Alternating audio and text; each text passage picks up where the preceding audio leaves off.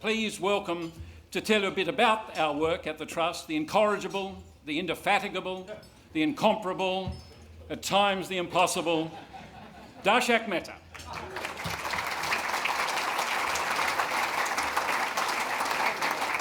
Thank you very much.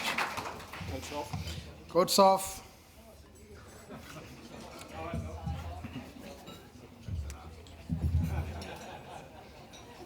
Settle down.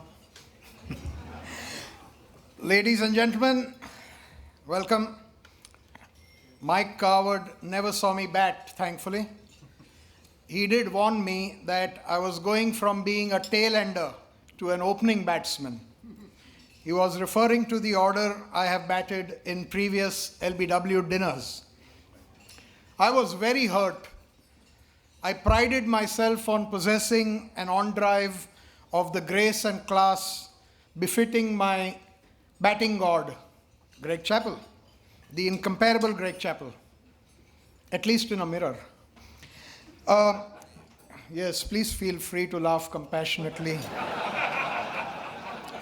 But you're welcome to laugh rambunctiously at my contrived humor, and don't forget to clap lustily when I finish in about 27 minutes. That'll validate my ego. Meanwhile, I have the unenviable job of tugging at your heartstrings and trying to loosen your purse strings. A task which is generally much easier after you've indulged gluttonously and imbibed outrageously. But seriously, please do help us today by paying ridiculous prices for things you do not need.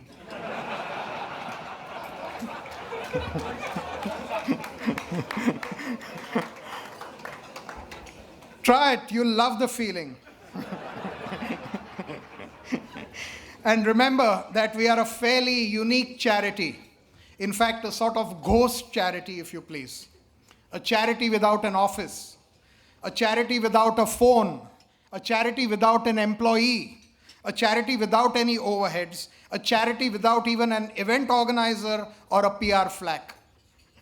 We do it all ourselves, so all your money ends up where you intended it to go. And we don't often come around cap in hand, except on this day. A lot of you have been to previous LBW Trust dinners, so some of you may have a vague idea of what we do. We tertiary educate, let's face it, dirt poor but extremely deserving young men and women in developing cricket-playing countries. We would like to think we offer them something which will serve them well and something which no one can take away from them, an education. We also offer them hope. Armed with the education you are helping provide, they dare dream of a better future for themselves and for their families. Truly, cricket and cricket lovers care, that is the idea. Hardly any of our students play cricket. We just raise funds using cricket as our excuse. Oops, I meant niche. And we lean shamelessly and pestilently on the many tragics and victims of cricket, including a hell of a lot of former cricketers. And in every country that we operate in, we do so in partnership with reputable, well-established, and competent local charities who recommend the students. Our board's education committee vets these applications and sends it on to our 10-member board of directors for approval. Don't just look at me and think to yourself, I bet all your students are in India. Wrong. Most of our students are not in India. By the end of this year, we will have about 850 students spread over 7 countries. In Afghanistan, we have 3 young women in the Helmand province studying medicine.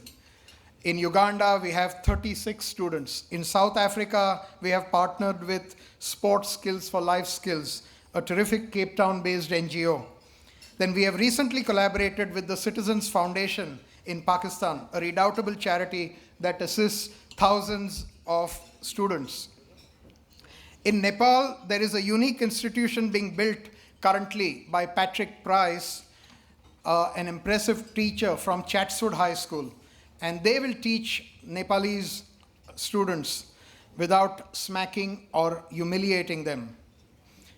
In Sri Lanka, we have Candle Aid, with whom we have 50 already, and a commitment to take on another 50 students. And I take this opportunity to welcome Senaka Fernando, their representative here in Sydney. We are very excited about a new partnership in Sri Lanka with the Foundation of Goodness, an NGO close to the heart of our special guest, Kumar Sangakkara. And Mike will no doubt broach that with him. Now, despite being a ghost charity, the LBW Trust has managed to attract the unstinting support of some sterling patrons, a veritable who's who. And at this point, I would like to duplicate Mike's efforts, but I would love to embarrass the 5 of our 12 patrons who are here by asking them to please stand. Go on, I'm not moving forward.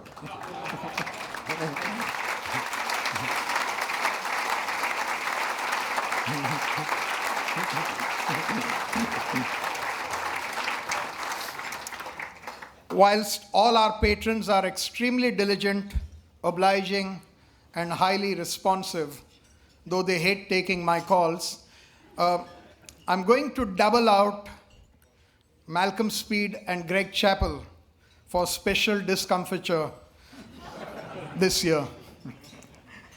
These two worthies are rumored to have a crusty exterior, but I have tested out their hearts repeatedly. And folks, believe me, they are softer than the petals of a rose.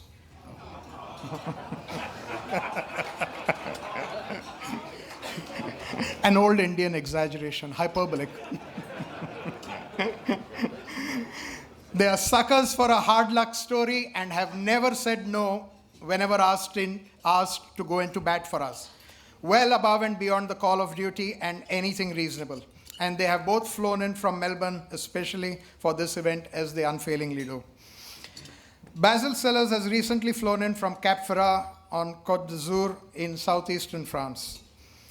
I'm sure that most of you know that things have been really tough out there in Europe.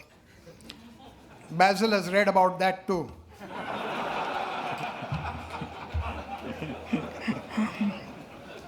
SCG Chairman Rodney Cavalier has flown in from Bowral, and Senator John Faulkner, as is his wont, has probably walked here from Glebe.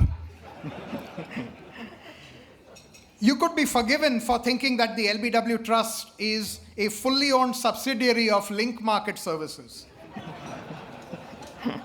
I mean, they not only buy 15 tables and invite their employees and customers, but are our go-to guys when we are in any distress. And they never ever tell us what to do or demand anything at all in return, not even publicity, which they actively shun. They are a weird mob, and we love them all the more for that. Best of all, unlike cricket administrators in Australia, Link has no formal policy on charity rotation.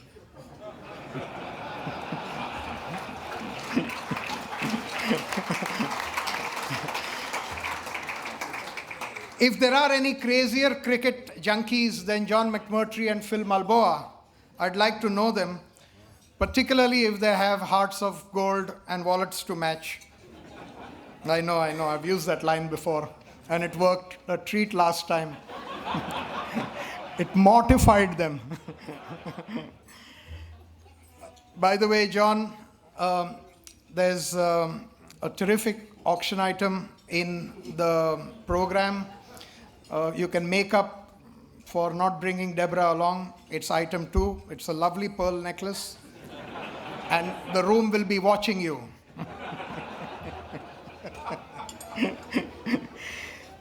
I must thank another old cricketing mate of mine, Patrick Gallagher. Patrick, where are you? Oh, there you are. The chairman of book publishers, Allen and Unwin. Yes, I don't have any poor or anonymous friends, okay? I'm the poorest guy I know. Patrick is a massive supporter of the trust and racks up many other good karma introducing deeds all year round, and we are grateful for that, Patrick. Allen and Unwin have always donated books for the table raffle we conduct every year. Speaking of cricket and books, where are you, Ron Cardwell? The Australian Cricket Society regularly indulges in unsolicited fundraising for us, and I don't often remember to thank Ronald. So here's a big thank you, and there was my contrition. Now where is your check?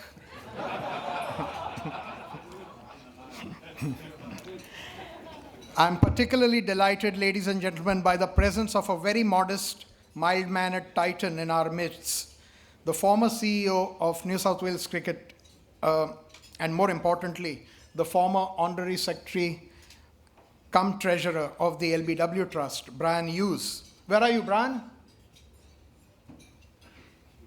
There you are. Stand up.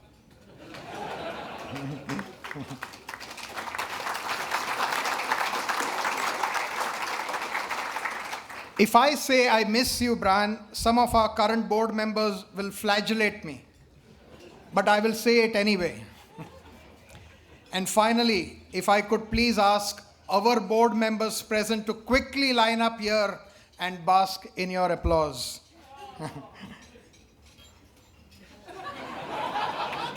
Kelsey. Yeah, we're on.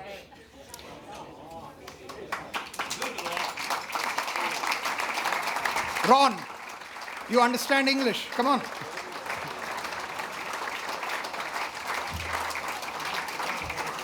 Take a good look, ladies and gentlemen, and remember their names, for these are the heartless folk who roll me often and humiliatingly on board decisions. To think that, with the exception of Mike, who was a co-founder, I hunted them down and then begged them to serve. I'm so proud. It is a truly independent, highly cohesive board, united in their contempt of me. I just wish they would hurry up and throw me out. I do have the 7-year itch. Thank you.